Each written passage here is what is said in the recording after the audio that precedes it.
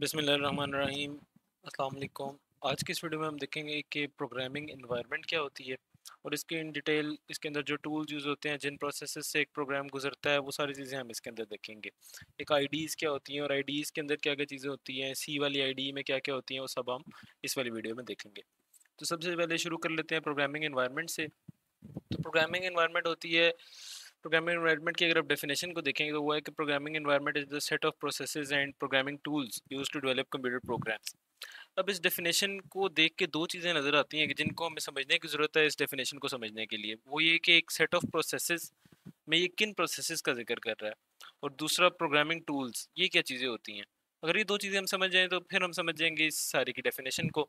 तो सबसे पहले हम ये देख लेते हैं कि भाई प्रोग्रामिंग टूल्स क्या होते हैं, उसके बाद हम देखेंगे कि प्रोग्राम प्रोसेसेस क्या होते हैं, फिर देखेंगे इन दोनों को मिला के प्रोग्रामिंग एनवायरनमेंट कैसे बनती है। तो प्रोग्रामिंग टूल्स बेसिकली आप इसको इस तरीके से समझ लें कि वो हथियार हैं कि जिनको यूज़ करते हुए आप एक प्रोग्राम को लिखते हैं। मतलब कि आप तो प्रोग्राम जो लिखते हैं वो बेसिकली एक इंग्लिश से मिलती जुलती लैंग्वेज होती है। अब उसको लिखने के लिए आप लिखेंगे उसको किधर, एक नोट पैड में आप लिख सकते हैं, आप वर्ड प्रोसेसर में लिख सकते हैं, आप कोई डेव सी प्लस प्लस में लिख सकते हैं, ऐसी कई तरह की चीज़ें हैं। फिर वो कैसे कंपाइल होगा, उससे कैसे मशीन कोड बनेगा, उसके लिए कंपाइलर होना चाहिए। फिर आगे आपने उससे एग्जीक्यूटेबल बनानी है तो लिंकर होना चाहिए, और अगर आप लिखते हुए आपके कोड में एरर आते हैं कोई, तो फिर डिबगर होना चाहिए। तो इन तीनों चारों चीज़ों के मौजूद होते हुए आप एक प्रोग्राम को लिख सकते हैं। तो ये वो टूल्स हैं कि जो आपको चाहिए एक प्रोग्राम को लिखने के लिए। अब जो दूसरी वाली चीज़ है जो कि है प्रोसेसेस, वो ये है कि अब आप एक प्रोग्राम अगर लिखने लगते हैं तो इस तरीके से होता है कि आपके जहन में कोई ना कोई आइडिया आता है। तो आप इस स्टेज पे हैं कि आपके पास जहन में भी एक आइडिया है, अभी आपने उसको लिखा कहीं पे नहीं है, ठीक है। अब आप उस वाले आइडिया को फॉर्मुलेट करते हैं किस तरीके से कि आप ना उसको लिखना शुरू कर देते हैं। आप एक टेक्स्ट एडिटर खोलते हैं, जो एक टेक्स्ट एडिटर एक नोटपैड भी हो सकता है इवन, उसमें भी आप लिख सकते हैं उसको। ठीक है, आपने एक टेक्स्ट एडिटर खोला और उसके अंदर एक प्रोग्राम जो आपके जहन में आ रहा था वो लिखने लग गए। जब आपने उस प्रोग्राम को लिख लिया है, सी की फाइल में उसको स्टोर करा दिया है एक सी एक्सटेंशन के साथ, तो क्या बन गया वो कि आपने उससे एक बना लिया सोर्स प्रोग्राम। ठीक है, अब ये सोर्स प्रोग्राम तो इस ज़बान में है जिसको कोई कंप्यूटर नहीं समझ सकता। तो हमने पहले भी एक लेक्चर में ये देखा था कि भाई इस चीज़ को कंप्यूटर के समझने के लिए हमें करना पड़ेगा कि इसको हम कन्वर्ट करें उस ज़बान में जिसको कंप्यूटर समझ सकता है। वो होती है मशीन लैंग्वेज। तो हम इसको कन्वर्ट करेंगे अब ऑब्जेक्ट प्रोग्राम में या मशीन लैंग्वेज में। तो उसके लिए हमें एक और टूल चाहिए होगा जो कि है कंपाइलर। तो आप एक कंपाइलर खोलेंगे और उस कंपाइलर में जाके आप ये जो आपने अभी कोड लिखा था उसको डाल देंगे। वो कंपाइलर ये करेगा कि आपके उस वाले कोड को कन्वर्ट करेगा और कन्वर्ट करके बना देगा मशीन लैंग्वेज में क्या, एक ऑब्जेक्ट प्रोग्राम। अब ये ऑब्जेक्ट प्रोग्राम हमारे तो किसी काम का नहीं, ये तो सिर्फ ये काम करता है कि मशीन को ये समझ आ जाती है कि भाई आपका कोड में आप कहना क्या चाह रहे हैं।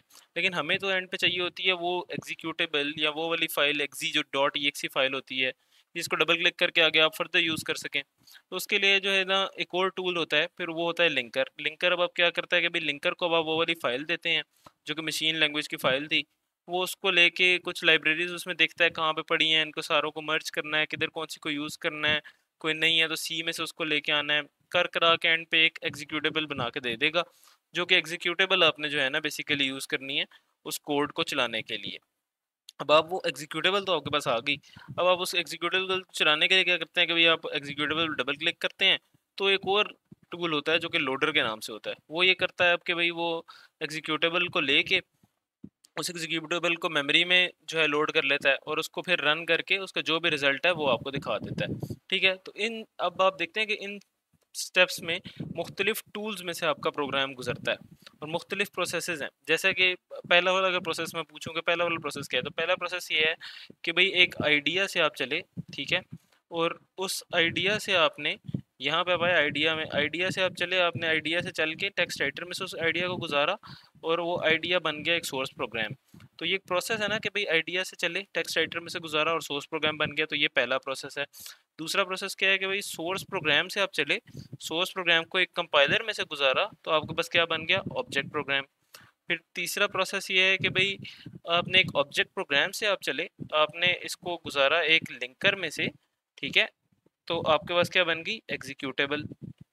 और अब आपके पास जब एग्जीक्यूटेबल आई तो अब आपने एग्जीक्यूटेबल से उसको जो है ना एक लोडर में से गुजारा, तो एक लोडर से बन गई है वो आपका रिजल्ट। तो बेसिकली ये उन टूल्स आप देख रहे हैं कि सारे प्रोसेसेस के दरमियान में एक एक टूल है, और हर टूल में से जब एक स्टेज से कोई चीज़ गुजरती है तो एक और चीज़ नई बन के आती है, तो ये एक प्रोसेस है।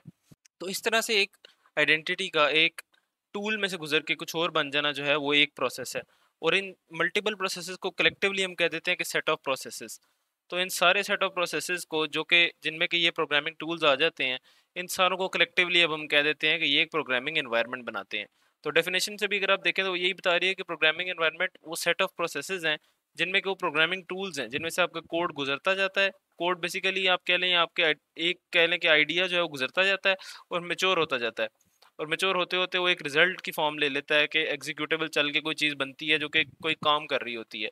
ये इन सारे को बनाने के लिए जो चीज़ें यूज़ होती हैं, जहाँ जहाँ से आपका प्रोग्राम गुजरता है, इस सारे को हम प्रोग्रामिंग एनवायरनमेंट कहते हैं।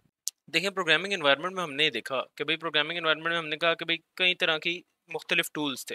ठीक है, अब वो टूल्स इतने ज़्यादा हैं कि भाई अब एक अगर बंदा प्रोग्राम लिखने लगे तो वो 6 जगह से बार बार एक एक सॉफ्टवेयर खोलेगा और उसमें एक चीज़ चलाएगा। मसलन एक नोटपैड खोला, उसमें टेक्स्ट लिखेगा, बंद कर देगा। फिर एक कंपाइलर खोलेगा, उसमें उस टेक्स्ट को इंपोर्ट करेगा और उस कंपाइल्ड फाइल बनाएगा। कोई कोई ओबीजे फाइल बनेगी, ऑब्जेक्ट की या बाइनरी की फाइल बन जाएगी। फिर उस फाइल को एक और लिंकर में जो है ना वो अपलोड करेगा और वहाँ से फिर एग्जीक्यूटेबल बनाएगा और फिर उसको लोडर में डालेगा और वो चलेगी। तो ये बड़ा ही एक हेक्टिक सा प्रोसेस हो जाएगा एक प्रोग्राम को लिखने के लिए। तो इसके लिए जो है ना सोल्यूशन ये निकाला गया कि इंटीग्रेटेड डेवलपमेंट इन्वायरमेंट्स बनाई गई। इंटीग्रेटेड डेवलपमेंट इन्वायरमेंट बेसिकली उसके नाम से ज़ाहिर होता है कि इंटीग्रेट करती हैं इन तमाम टूल्स को। तो जितने भी टूल्स हमने देखे थे, ये सारे के सारे टूल्स एक ही इन्वायरमेंट में जब आ जाते हैं तो वो इंटीग्रेटेड डेवलपमेंट इन्वायरमेंट है। हर लैंग्वेज में मुख्तलिफ किस्म के टूल्स एग्जिस्ट करते हैं, तो हम मुख्तलिफ लैंग्वेजेस का एक एक कोई टूल देख लेते हैं समझने के लिए। तो जैसा कि अगर पाइथन की बात करें तो पाइथन में पाईचार्म के नाम से एक टूल होता है। आईडी होती है बेसिकली, इसके अंदर कंपाइलर, टेक्स्ट एडिटर, ये सारी चीज़ें एम्बेडेड होती हैं। अभी जितनी भी हम आईडीज़ देखेंगे इनमें सब चीज़ें जो हमने पढ़ी थी कि भाई टेक्स्ट एडिटर है, कंपाइलर है, लिंकर है, ये सारी की सारी इनमें एम्बेडेड होती हैं। ये है Android studio. Android studio basically Android के ऐप्स को लिखने के लिए यूज़ होता है। मे बी हम एक और कोर्स में चीज़ें भी देखें, उसमें हम लिखें भी कि एंड्रॉइड के ऐप्स कैसे लिखी जाती हैं। अभी फ़िलहाल बस आपको पता होना चाहिए कि भाई एक आईडीज़ होती हैं जो ये काम कर लेती हैं। ये डेव सी प्लस प्लस है। Dev C plus plus basically इस कोर्स में सी की जितनी भी हम प्रोग्रामिंग करेंगे उसके लिए हम डेव सी प्लस प्लस की आईडी यूज़ करेंगे। बहुत लाइट वेट आईडी है और बहुत ही बेसिक कामों के लिए, तो प्रोग्रामिंग सीखने के लिए जो है ना एक आसान सा टूल है जो कि कहीं पे भी चल जाएगा। थोड़े एडवांस आप जाएँ तो उसमें मुख्तलिफ लैंग्वेजेस के लिए विजुअल स्टूडियो आपके पास, तो कल को अगर आप जो है ना वो एक प्रोफेशनल प्रोग्रामर बन जाए तो प्रोबेबली आप इसको यूज़ कर रहे होंगे। और एक दरमियाने लेवल का टूल भी है जो कोड ब्लॉक्स है, इस पे भी अगर आप, ये भी एक आईडी है, तो इसके ऊपर भी अगर आप कोडिंग कर रहे हो तो मे बी किसी टाइम के ऊपर आप देखेंगे अपने आप को ये वाली चीज़ भी यूज़ करते हुए।